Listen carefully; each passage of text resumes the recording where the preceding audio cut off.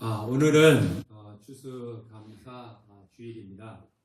이 추수감사 주일의 그 유래는요, 신앙을 찾아서 1621년 영국의 청교도들이 신대륙에 정착을 해서 첫 수확을 거둔 후에 원주민들을 초청해가지고 감사 잔치를 벌인 것, 이제 거기서 유래를 합니다.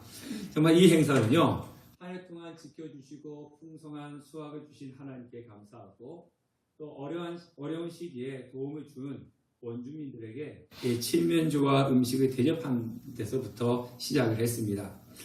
그래서 추수감사 주일을 가지고 일부에서는 성경에도 없는 추수감사 주일을 왜 지키냐, 잘못된 것이다 하고 안 지키는 그런 교파들도 있고 이단들도 있습니다. 또 교회력으로는요, 오늘이 추수감사 주일이지만 교회에 따라서 이 지키는 그 날짜가 좀 다르기도 합니다. 11월 첫째 주에 지키는 교회도 있고, 오늘 우리처럼 지키는 교회도 있고, 각자 다양합니다. 그런데 추수감사주일을 지켜야 하느냐, 또 지키지 말아야 하느냐, 또 지키는 것이 잘못된 것이다, 이렇게 등등 말을 하는 것은 올바르지 않다고 생각을 합니다. 이 사람의 나쁜 습성 중에 하나가 뭐가 있냐면요, 우리 누가 좋은 것을 하자 이렇게 해도 아무리 좋은 것이라 할지라도 100% 다 좋아 이렇게 따라오지는 않는다는 거예요. 좋은 일이 있을 때 좋은 것을 하자라고 하면 일부에서는 꼭 그것을 반대하는 사람들이 있습니다. 근데 반대하는 이유는 뭐냐면요, 자신이 하기 싫거나 또 자신이 하기에 부담이 될 때 반대를 합니다. 그러니까 이게 좋든 싫든 그걸 떠나서 내가 하고 싶은 거 아니면 내가 하기에 부담스럽다면은 반대를 한다는 겁니다. 혹시 하기 싫으면 혼자 안 하면 되는데 나 혼자 안 하고 있으면은 눈치가 보이기도 하고 또 사람들로부터 지탄을 받을 것 같기도 하고, 그러니까 아예 처음부터 이런 핑계 저런 핑계를 대면서 그거는 잘못된 거니까 하지 말자 이렇게 이야기한다는 겁니다. 그러니까 추수감사주일도 마찬가지예요. 우리가 하나님께 감사하는 건데 그걸 가지고 해야 되냐 말아야 되냐 이 따지는 것도 사람의 나쁜 습성 중에 하나라고 하는 거죠. 그러니까 맞다 틀리다 말하지 말고 뭐 하면 되는 겁니까? 감사하면 되는 겁니다. 저는 이런 감사절이 많아야 된다고 생각합니다. 왜냐하면 우리는 불평하고 원망이 쉽게 해요. 그렇지만 감사는 쉽게 하지 않습니다. 그러니까 이런 날을 많이 만들어놔서 이런 날이라도 감사를 할 수 있게끔 하는 것이 좋다라고 생각을 합니다. 여러분, 감사주일, 감사절은 우리가 있지만 불평데이, 원망데이, 원망절기 이런 거 들어보셨습니까? 안 들어보셨죠? 왜 불평하고 원망하자 이렇게 날짜를 정해놓지 않는 이유가 뭐냐면요, 그런 절기를 안 해도 우리는 뭐 잘해요? 불평하고 원망을 잘하기 때문에 굳이 그런 절기를 만들어 놓을 필요가 없는 거죠. 자, 그런 의미에서 우리는 추수감사주일을 맞이해서 그동안 살아오면서 잊어버리고 있었던 것, 그리고 당연하다고 생각했던 것들을 다시 생각하고 하나님께 감사하는 그런 시간이 되기를 바라겠습니다. 자, 여러분들이 오늘 교회로 오시면서 이런 생각을 했을 거예요. 오늘 추수감사주일이니까 목사님이 분명히 설교를 감사 내용을 할 거야, 이런 생각을 하고 오셨지 않습니까? 저도 오늘은 감사주일이기 때문에 여러분들이 미리 알고 계시듯이 감사에 대한 설교를 할 거예요. 자, 그러니까 오늘은요, 다른 날 같으면 오늘 설교가 어떤 말씀입니까? 이런 기대를 하고 오시기도 하겠지만 감사에 대해서 미리 알고 오기 때문에 그런 큰 기대감을 불러오지 못할 수도 있을 겁니다. 저도 또한 여러분들이 기대하고 있는 감사의 설교를 해야 되기 때문에 그렇습니다. 그래서 오늘 설교는 한마디로 말하면 감사합시다 이거예요. 자, 그럼 설교 마칠까요? 네, 우리는 감사를 생각하고 감사해야 됩니다. 자, 그러면 우리는요, 교회 다니시는 분들은 특히 감사에 대한 이야기를 너무나 많이 듣습니다. 너무나 많이 듣지만 감사를 잘 하지 못합니다. 그냥 우리가 감사하세요 이렇게 이야기하면 모든 것이 감사하죠. 이거는 교과서에 되지 않습니까? 그냥 두리뭉실하게 다 감사하죠. 다 감사하죠. 이런 교과서적이고 정말 인사적인 그런 감사보다는 정말 올 한 해 동안 하나님께서 나에게 베풀어 주신 은혜가 뭔지 꼼꼼히 한번 따져보고 그것에 대해서 어떻게 감사했는지 한번 생각해보고 우리가 남아있는 이 한 해 동안 정말 하나님께 감사하는 삶을 살기를 바라겠습니다. 자, 그러면 왜 감사를 해야 되느냐? 하나님이 감사하라고 했으니까 감사해야죠. 우리는 이렇게 생각할 수도 있습니다. 그런데요, 꼭 성경에서만 하나님께서 우리에게 감사하라고 할 때는 그 이유가 있습니다. 감사는 행복과 건강이 찾아오기 때문이에요. 자, 이건 과학적으로 발견된 건데요. 증명된 건데, 우리 뇌에는요, 보상회로라고 하는 것이 있는데, 이 보상회로가 활성화되면요, 이 도파민이라고 하는 호르몬이 나온다 그래요. 자, 도파민이라고 하는 호르몬이 나오면요, 사람은 쾌감을 느끼고, 기쁨을 느끼고, 만족감을 느낀다고 합니다. 자, 그런데 제가 예를 들어서 이 물을 마실 때 도파민이 형성돼가지고 기쁨이 있었어요. 그러면 뇌는 이것을 기억하는 거예요. 아, 뭐 할 때 기쁨이 있었다? 물을 마실 때 기쁨이 있었다. 그래서 사람은 자꾸 물을 마시려고 하는 그런 습성이 있다고 합니다. 자, 근데 이 보상회로를 활성화시키는 데는요, 두 가지가 있다고 합니다. 외부의 자극에 의해 가지고 이 보상회로가 활성화되는 경우가 있고, 또 하나는 이 내부의 어떤 반응에 의해 가지고 또 보상회로가 활성화되는 경우가 있대요. 자, 그러면 외부의 자극에 의해서 보상회로가 활성화돼서 쾌감을 느끼는 것은 즉각적이지만 빨리 사라집니다. 그래서 자꾸 강한 것을 우리가 경험을 해야지만이 이 더 기쁨과 쾌감이 느껴진다고 합니다. 그리고 중독이 일어난다고 하죠. 그래서 예를 들어서 어떤 거냐면 게임, 그 다음에 흡연, 음주, 그 다음에 성적인 거, 마약. 그래서 우리 요즘 우리나라 마약이 문제가 됐잖아요. 그 마약이 조금 넣었을 때 그 쾌감인데 조금 똑같은 양을 주입하면 안 되잖아요. 더 큰 것이 들어와야 되는 거지 않습니까? 그런 쾌감이 있는데 이거는 금방 끝난다고 합니다. 반면에 이 스스로 조절에 의해서 만들어지는 보상회를 통해서 기쁨이 나오는 것이 있는데 그것은 늦게 오지만 오래 간다고 합니다. 근데 그 중에 하나가 뭐냐면 바로 감사라고 하는 거예요. 감사는 내면의 조절에 의해서 만들어진다고 합니다. 그래서 감사를 느낄 때 우리 뇌 속에 있는 보상회로가 활성화되고 그래서 이제 세로토닌과 옥시토신이와 같은 호르몬이 방출이 되기 때문에 감사할 때 기쁨이 생기고 만족하고 행복감이 온다고 합니다.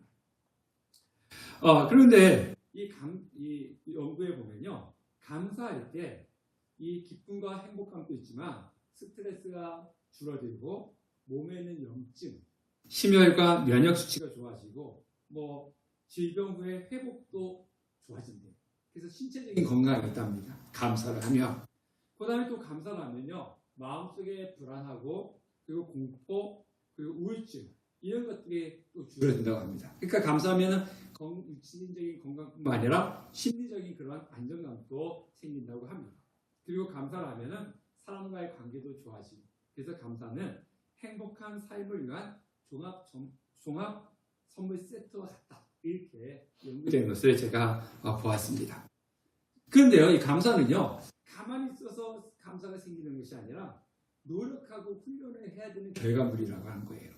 그러니까 내가 자꾸 감사하려고 노력해야 하고 훈련을 해야지 감사의 생활을 할 수가 있는 것이지 그냥 가만히 있다고 해서 감사 이렇게 되지 않는다는 것입니다. 그래서 우리가 그런 이야기를 하죠. 감사를 하면 할수록 뭐가 많아진다고요? 감사의 일이 많아진다 이렇게 이야기하는 거지 않습니까?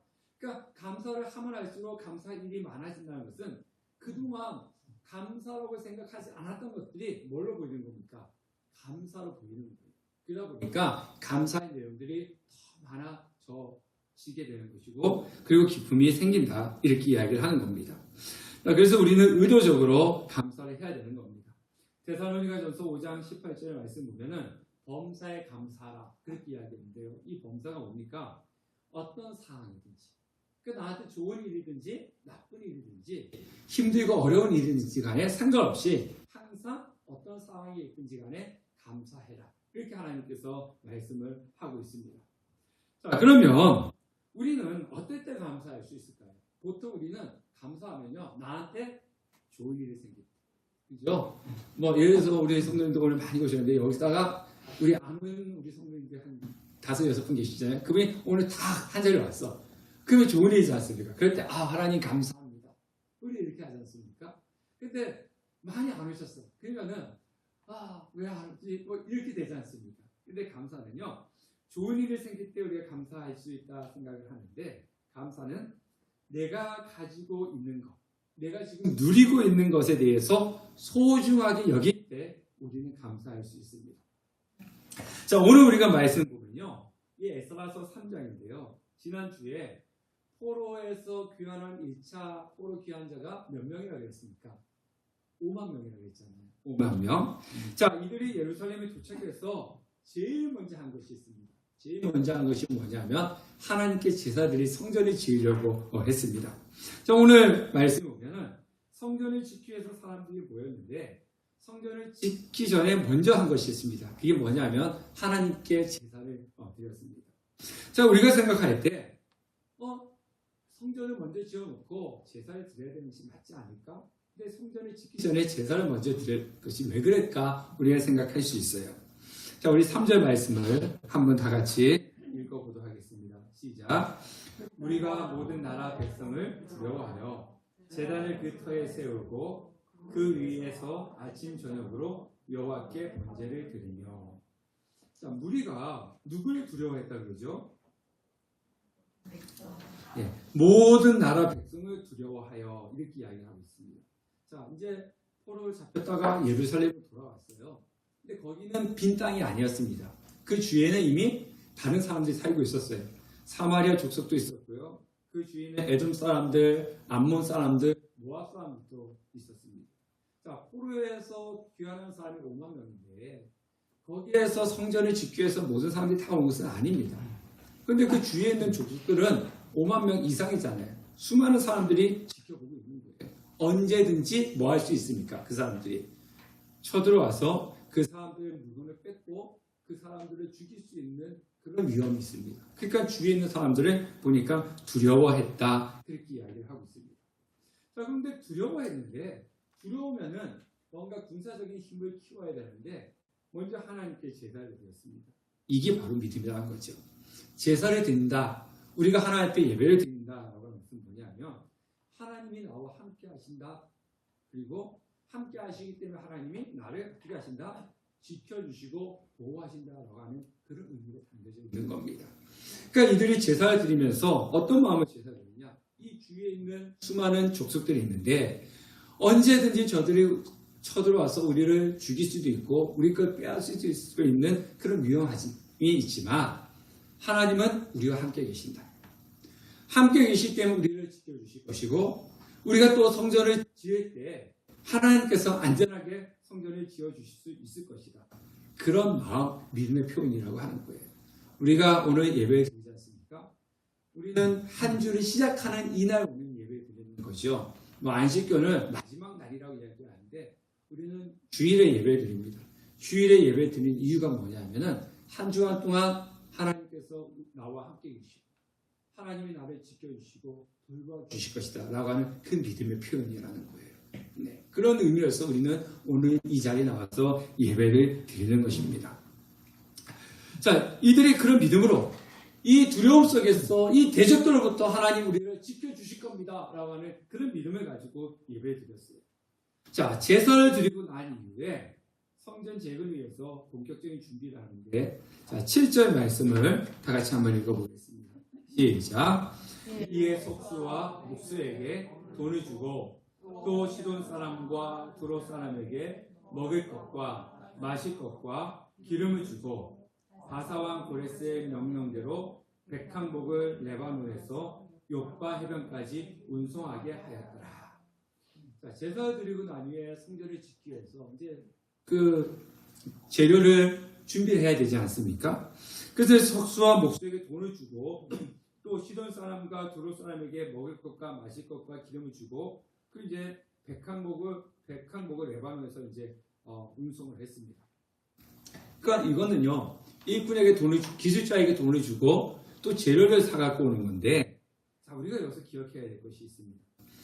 이 성전은 솔로몬이 지었잖아요. 첫 번째 솔로몬은요 이스라엘 나라의 중에 가장 부강했던 나라입니다. 돈이 가장 많았던 거예요. 그때 고급 재료들 백항목 나무지 않습니까? 수입품이에요. 엄청 좋은 거지 않습니까? 그리고 또 이 시돈 사람과 두로 사람 그러니까 외국에 있는 기술자들을 이렇게 불러 모은 거죠. 돈을 주고. 그러니까 솔로몬 때는 돈이 많기 때문에 아무 문제가 되지 않았어요. 근데 지금은요, 이 사람들은 망해서 다른 나라의 지배를 받다가 돌아온 사람들이잖아요. 자기의 먹고 살 것도 걱정해야 되는, 자기의 집을 짓고 그리고 자기의 삶을 먼저 걱정해야 되는, 그러해야 될 판에 최고의 지도자, 최상의 자제로 성전을 짓고자 했던 겁니다. 자, 그러니까 이 사람들은 성전을 짓기 위해서 최선을 짓는 모습을 다하고 있는 거예요. 우리가 생각할 때, 내가 살고 있을 집이 먼저지, 우리의 자녀들의 교육이 먼저지, 뭐 이런 시급한 일들이 먼저지 라고 생각을 할 수가 있는데, 이들은 성전을 짓는 것을 최우선의 과제로 삼았습니다. 자, 아까 추수감사주의를 이야기할 때 메이플라워를 타고 그 신앙의 자유를 위해서 침대를 갔던 그 사람들, 그들도 가서 제일 먼저 지었던 것이 뭐냐면 교회입니다. 네. 자기가 살 집이 아니에요. 교회입니다. 물론 그렇다고 해가지고 우리도 그렇게 꼭 해야 된다라고 하는 것은 아니지만, 그렇게 해야 되는 이유가 뭐냐면 우리의 삶 속에서 신앙이 가장 큰 기초이고 틀이기 때문에 그렇습니다. 그래서 교회, 성전 이것이 아니라 가장 우리가 먼저 생각해야 되는 것은 뭐냐면 신앙이라고 하는 거죠. 예, 신앙의 깃들이 쌓여있지 않으면 우리는 그 어떤 것을 갖고 있다 할지라도 흔들리고 무너질 수밖에 없습니다. 그래서 이들은 제일 먼저 한 것이 무엇이냐? 자기 집보다도 성전을 짓는 일을 먼저 했다는 거예요. 자, 그 다음에 본문 12절, 13절 말씀을 우리가 읽어볼게요. 12절, 13절 시작. 제사장들과 레위 사람들과 나이 많은 족장들은 첫 성전을 보았으므로 이에 이 성전의 기초가 노임을 보고 대성통곡하였으나 여러 사람은 기쁨으로 크게 함성을 지르니 백성이 크게 외치는 소리가 멀리 들리므로 즐거이 부르는 소리와 통곡하는 소리를 백성들이 분간하지 못하였더라. 자, 그래서 이제 재료를 준비하고 성전 기초를 이제 놓고 있는데, 포로에서 돌아온 사람들 중에 연세 드신 분들 있잖아요. 그들은 어릴 때 성전을 보았던 사람들이지 않습니까? 그 사람들은 그 성전이 무너지고 난 이후에 예전에 보았던 그 성전이 생각나서 눈물을 흘리고, 또 레위 사람들과 이 제사장들이 눈물을 흘렸습니다. 그러면서 기쁨으로 감사하고 그리고 즐거이 노래 불렀다, 이렇게 이야기를 하고 있습니다.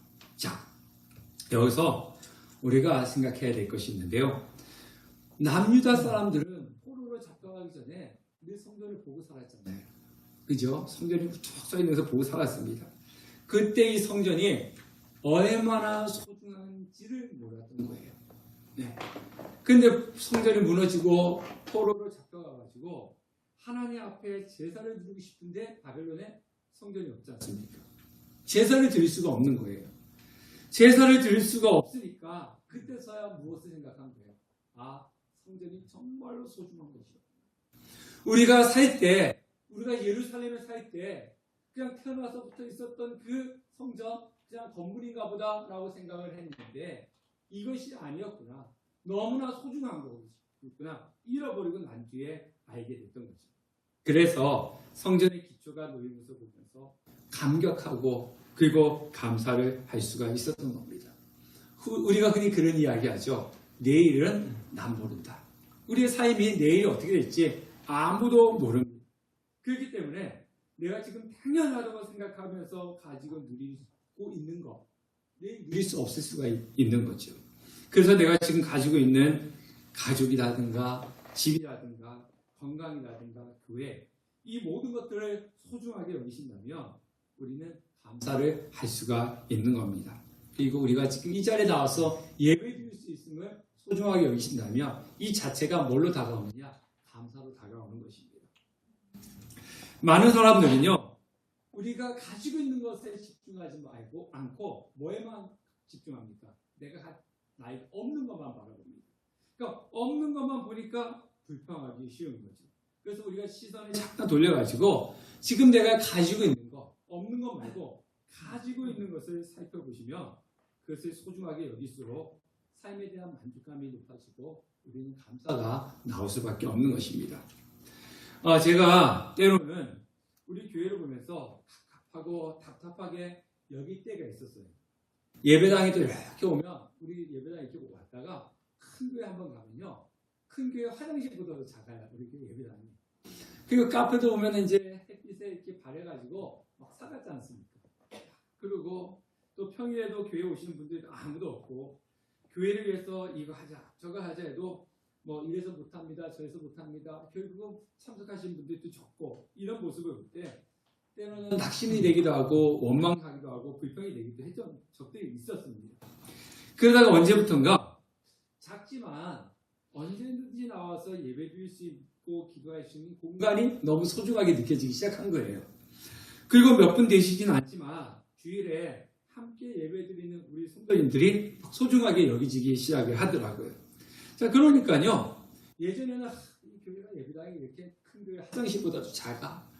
그리고 뭐 우리 성도님들 뭐 하자고 해도 뭐 잘 보이지도 않고 뭐야. 이런 마음이 그랬었던 마음이 이 예배당이 소중하게 여기지고 우리 같이 예배 드리는 성도님들이 소중하게 여기지니까 그 다음부터는 어떤 마음이 드냐면요. 감사가 나오더라고요.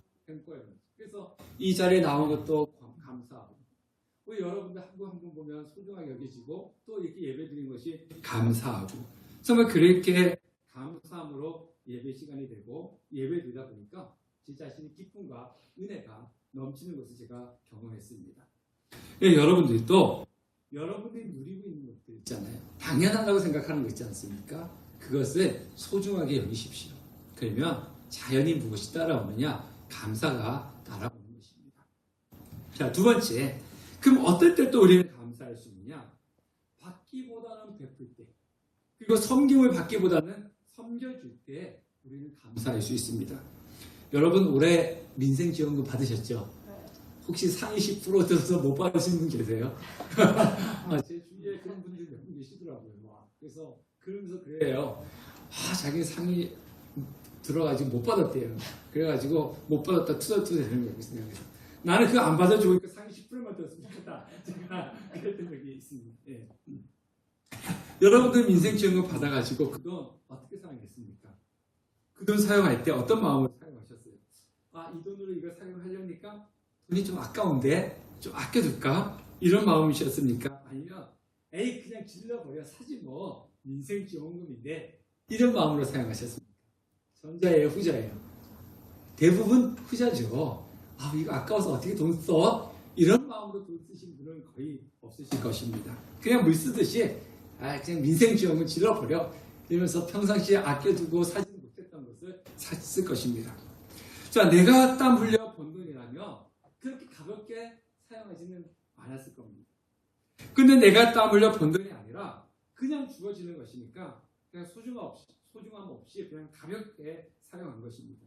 그래서 민생지원금을 받았을 때 고맙습니다, 감사합니다 그런 마음은 그렇게 크지 않았을 것입니다. 제가 예전에 부목사를 했을 때 그 교회에 노숙자분들이 참 많이 오셨어요. 오시면은 한두 분 오는 것도 아니고 하루에 여러 분들이 오시는 거예요. 그런데 돈이 있습니까? 그래서 1,000원 주고 때로는 5천 주면 이 사람들이 어떤 표정을 주는지 아세요? 보이신지 아세요? 화를 내요. 아니 나를 지금 어떻게 보고 1,000원짜리를 줘? 지금 나를 어떻게 보고 6천원짜리를 줘? 이래요. 그래서 마지못해 받아간 사람 주는 사람이 받아가세요 그러죠. 또 어떤 사람은 화를 내면서 이게 뭐냐고 10,000원 달라고 이런 사람도 있어요. 그래서 제가 지갑을 벌려가지고 이렇게 보여줘요. 그러면 마지못해 받아가요. 참 주는 사람이 받아가세요 이렇게 받아가야 되고 받는 사람은 더 안 준다고 화를 내면서 이럽니다. 1,000원을 주던 5,000원을 주던 100원을 주던 감사함으로 받아가야 되는 것이 맞지 않습니까? 근데 당연한 듯이 받아가고 더 안 준다고 화를 냅니다. 자, 제가 얼마 전에 말씀드렸잖아요. 처음에 받으면 감사한데 그것이 지속되면 당연한 것이고 그러다 그것을 안 주면은 서운하다고 하는 것이 사람인 것 같습니다. 사람은 받기만 하면요 감사를 잊어버립니다. 섬김을 받기만 하면요 감사를 잃어버립니다. 그렇기 때문에 받지만 말고 드릴 수 있어야 되고 섬김을 받지만 말고 섬길 수 있어야 되는 것입니다. 줄 수 있음에 감사가 나오는 것이고 섬길 수 있음에 감사가 나오는 것입니다. 오늘 또 간식을 섬겨주시는 성도님들이 계시는데 섬기는 것이 얼마나 힘들고 어렵습니까? 준비해야 되고 물질도 들어가잖아요. 그럼에도 불구하고 섬김에 무엇을 느끼느냐? 기쁨과 감사를 느낄 수가 있다는 것입니다. 자, 받는 것이 표면적인 기쁨이라면 주는 것은 내면적인 그런 기쁨인 것입니다. 그리고 받는 것이 일시적인 기쁨이라면 주는 것은 영원한 기쁨인 것입니다. 그래서 주는 자는 참된 기쁨과 감사를 누릴 수가 있는 거죠. 실제로 미국 하버드 대학교에서 시험했는데요. 학생들에게 봉사활동을 하라고 했습니다. 봉사활동을 하고 검사를 해보니까 체내 건강 수치가 이렇게 높아졌대요. 또 죽음을 앞둔 그 말기암 환자들에게 그 호스피스 병동에서 책만 읽게 해주었는데도 불구하고 이 책을 읽으면서 섬겨주었던 사람들의 면역 기능이 올라갔다라고 하는 그런 연구 결과가 있습니다. 여러분들 사해하고 그 갈릴리 바다 아시잖아요. 사해는 죽은 바다고 갈릴리 호수는 생명이 없습니다. 뭐 여러분들 많이 들어보셨겠지만 사해가 왜 죽었습니까? 받기만 하니까 죽는 거예요.